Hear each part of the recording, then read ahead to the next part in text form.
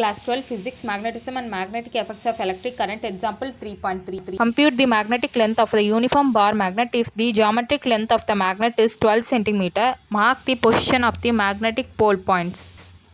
So என்ன கண்டுபிடிக்கணும்னா magnetic length கண்டுபிடிக்கணும். அதோட ஜாமெட்ரிக்கல் லென்த் 12 சென்டிமீட்டர் கொடுத்துருக்காங்க. அதுக்கப்புறம் வந்து மேக்னெட்டிக் போல் பாயிண்ட்டு நம்ம வந்து கண்டுபிடிக்கணும். ஸோ இப்போ டயக்ராம் எழுதிட்டேன். இப்போ வந்து ஜாமெட்ரிக்கல் லென்த் 12 சென்டிமீட்டர்ன்றதையும் எழுதிட்டேன். இப்போ மேக்னெட் இதான் வந்து போல் பாயிண்ட்டு.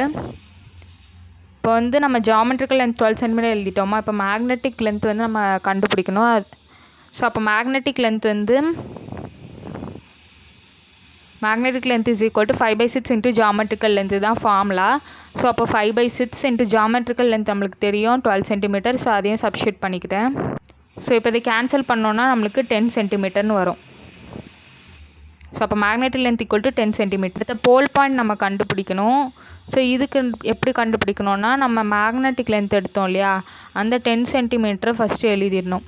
ஸோ நம்ம மொத்த ஜாமெட்ரிக்கல் லென்த் வந்து எவ்வளோ 12 சென்டிமீட்டர். அப்போ அந்த சைடில் எவ்வளோ இருக்கும்னா 1 சென்டிமீட்டர் இருக்கும். இந்த சைட்லேயும் இந்த சைடில் 1 சென்டிமீட்டர் இருந்ததுன்னா நமக்கு ஆட் பண்ணோன்னா 12 சென்டிமீட்டர் வரும்.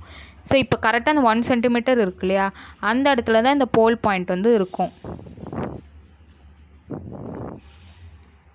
ஸோ ஃபஸ்ட்டு மேக்னெட்டிக் லென்த் கேட்டிருந்தாங்க, கண்டுபிடிச்சாச்சு.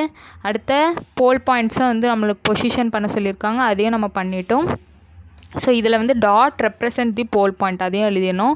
ஏன்னா இங்கே இருக்க இந்த மேக்னெட்டில் இருக்க டாட் தான் நம்மளுக்கு என்னவாக இருக்குன்னா போல் பாயிண்ட்ஸாக இங்கே இருக்குது. தேங்க்யூ.